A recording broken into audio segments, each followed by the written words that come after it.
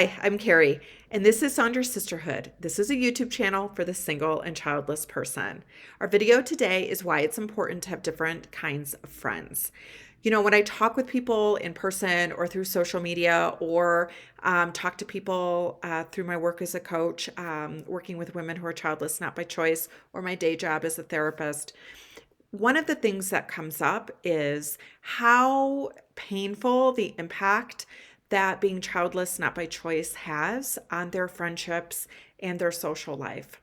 It's really an area in which people can feel othered, lonely, misunderstood, and that their friends are out there racing ahead on a path and you're having to deviate off that path, and it impacts our relationships, and it's hurtful, it's painful, and it's difficult.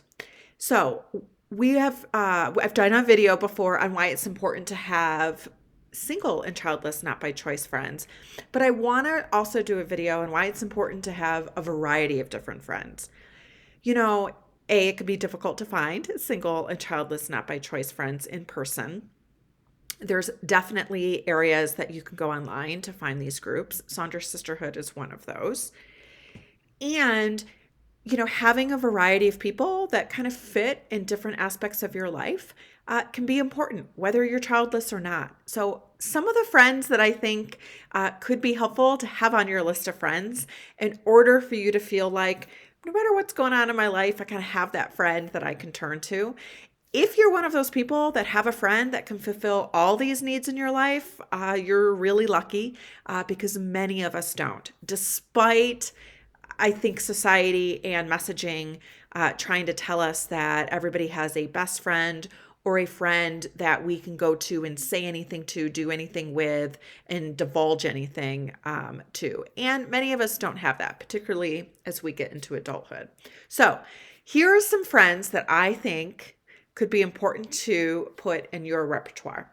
One is your hobby friend. What is a friend that you like to go do a physical activity with? Or if you want to try something new around, if you're in a curious mood in life and you want to try and find something new, well, who is that friend that's always up for something? Who's that friend who's always up to try something different? We all need that friend in our life.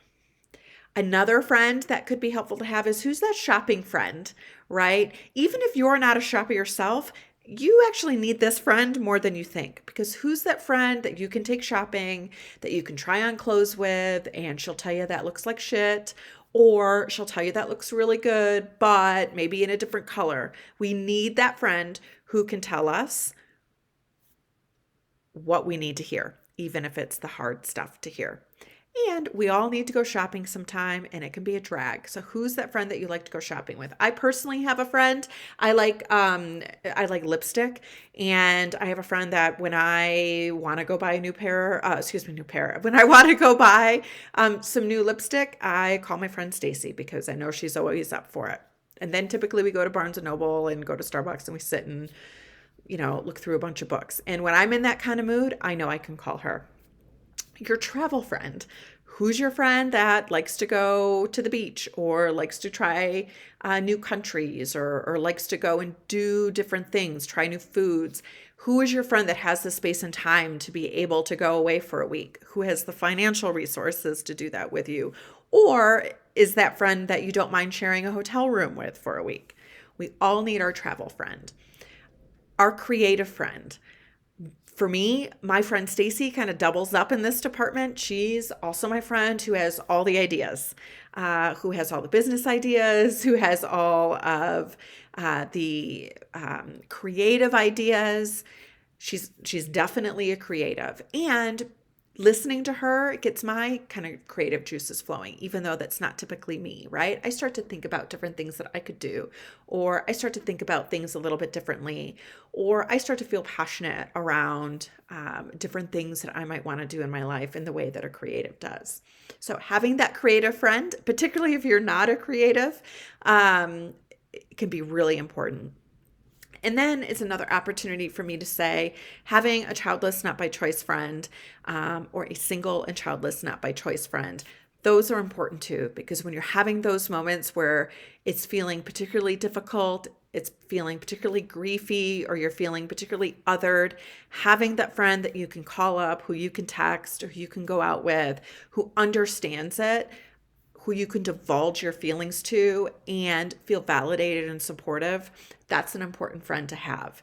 We don't always have those in real life, so consider an online friend as a way to get started.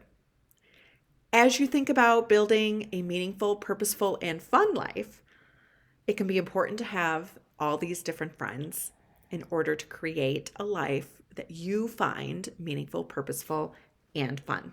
Let me know what type of friend that I forgot in the comments, and I hope to see you soon, and I hope you'll join us for more videos at Saunders Sisterhood, or follow us on Instagram at Saunders Sisterhood.